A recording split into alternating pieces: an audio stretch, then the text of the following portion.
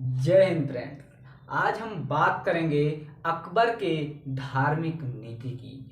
अकबर कोई प्रारंभ से, कई विद्वान ऐसा मानते हैं कि अकबर प्रारंभ से ही उदारवाद नहीं था, लेकिन उसी के प्रतिरूप में, उसी के प्रतिकार के रूप में कई इतिहासकार, कई विद्वान ऐसा मानते हैं कि अकबर जन्म से ही उदारवादी विचारधारा का था। यह आपको बहुत ध्यान देने योग्य बातें हैं कि अकबर इतिहास में इतना महान व्यक्ति कैसे बनता है। उसके महान बनने का जो सबसे बड़ा कारण है उसके उदारवादी कार्य, सर्वधर्म समभाव की भावना, सभी धर्मों को साथ लेकर चलने की भावना उसे अकबर द ग्रेट बनाती है। जो ये उदारवादी जो उसके अंदर विचार है, उसके अंदर जो भावना है, ये कोई स्वतः एक बम एक की तरह विस्फोट नहीं हुई। ये धीरे धीरे उसके आस पास के वातावरणों ने उसके अंदर कूट कूट कर भर दिया। सबसे पहले अगर बात करें ये वातावरण कहाँ से जन्मा, तो इसके आसपास जो आसपास जो इसके संरक्षक बैरम खान और इसके गुरु अब्दुल लतीफ, ये दोनों उदारवादी व्यक्ति थे और दोनों विद्वान थे। और इनके संरक्षण में अकबर ने अपने विचारों को पुख्ता किया और इन दोनों ने इनके अकबर की सुधारवादी भावना को जगाने में बहुत अहम रोल प्ले किया। उसके बाद में अगर हम बात करें, केवल मुस्लिम ही नहीं, हिंदू, जैन, बौद्ध, ईसाई जैसे कई धर्मों के विद्वानों से इसका परिचय था, इसके ऊपर प्रभाव पड़ा। अगर बात करें हम कि ईसाई धर्म के जो गुरु थे वो है फादर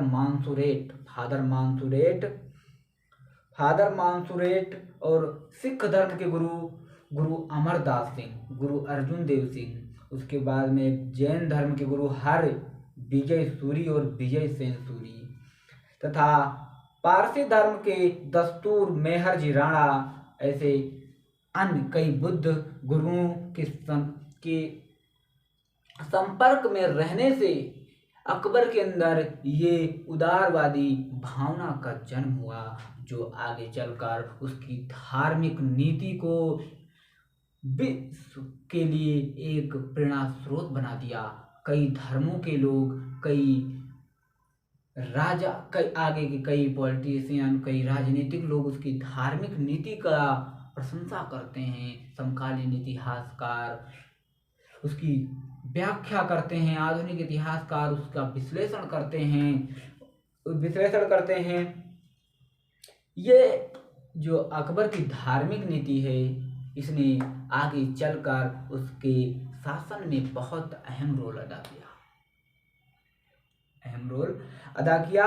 और इसके धार्मिक नीति के बारे में, जो अकबर के धार्मिक विचारों के बारे में मालसन नामक एक इतिहासकार है, कहता है कि आरंभ से ही अकबर का जो मस्तिष्क था वो सच्चाई की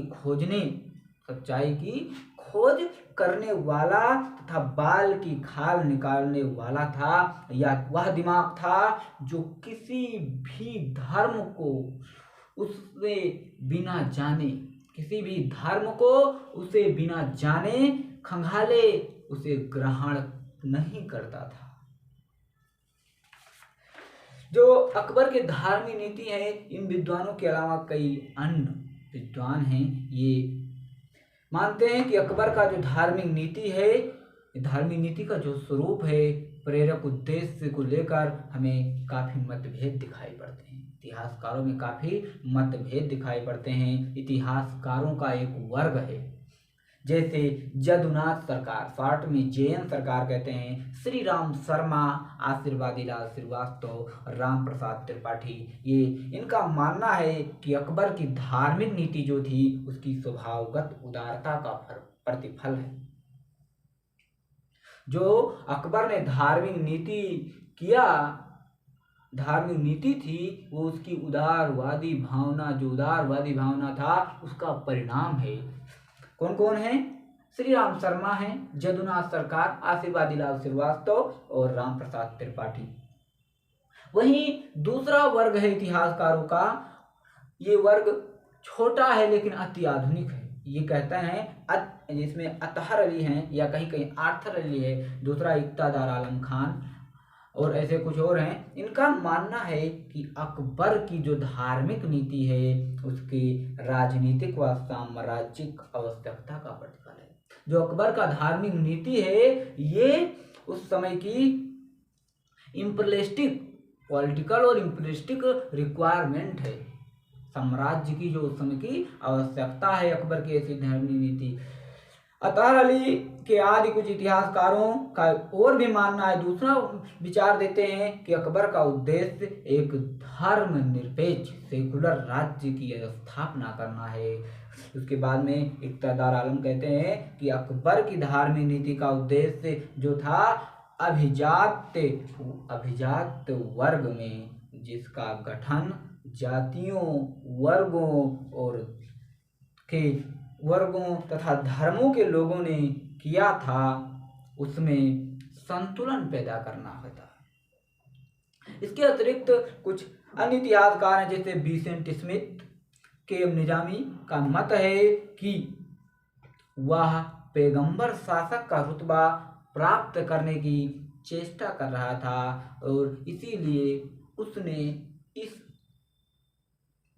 प्रकार की उदारवादी धार्मिक नीति का प्रचलन किया है, धार्मिक नीति शुरुआत की। उन्होंने अकबर की आलोचना की है के.एम. निजामी और विंसेंट स्मिथ ने। इसके अलावा अन्य इतिहासकारों का और भी गुट है जिसमें H.C. कुरैशी हैं। ये कहते हैं कि अकबर परंपरावादी इस्लाम का उत्पीड़न कर रहा था। जो अकबर की प्रथाएं, जो इस्लाम धर्म की जो प्रथाएं चली आ रही थी इसका उत्पीड़न कर रहा था। इसके अतिरिक्त अकबर के जो धार्मिक विचार थे, अकबर की नीति से मतलब जो विचार थे उसकी नीति से प्रभावित थे, या विषय काफी वाद विवाद से भरा हुआ है।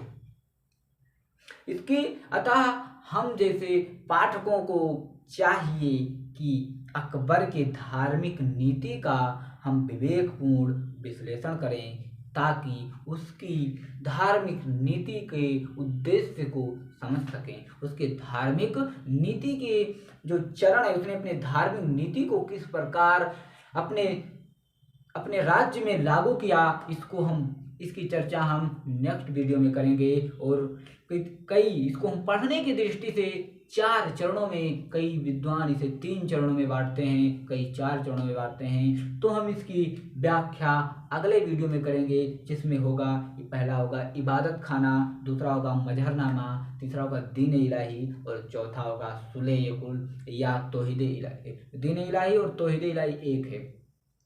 और इसके पहले चरण की अगर बात करें तो थोड़ा पॉइंट व्यू दे दें, अगले वीडियो में हम विस्तार से बात करेंगे।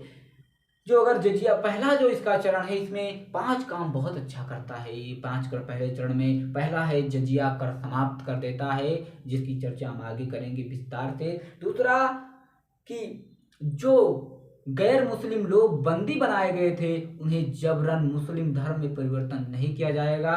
तीसरा है इसने अपने राज्य में अनुवाद विभाग की स्थापना की जिसमें सभी धर्मों के ग्रंथों को फारसी में अनुवाद किया गया। तीसरा है तीर्थकर पर, चौथा है तीर्थकर पर मतलब बंद कर दिया, तीर्थकर बंद कर दिया। पहला जजिया,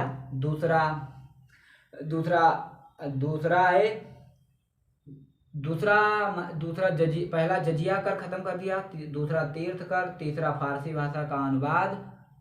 और अगले वीडियो में चर्चा करेंगे। इसके अलावा और है जो अकबर के पहले चरणों में उसने काफी विस्तार से बात की है। ऐसे 4 चरणों में इतिहासकारों ने इनको बांटा है। तो मिलते हैं नेक्स्ट वीडियो के लिए। आज के लिए इतना ही। थैंक यू, धन्यवाद।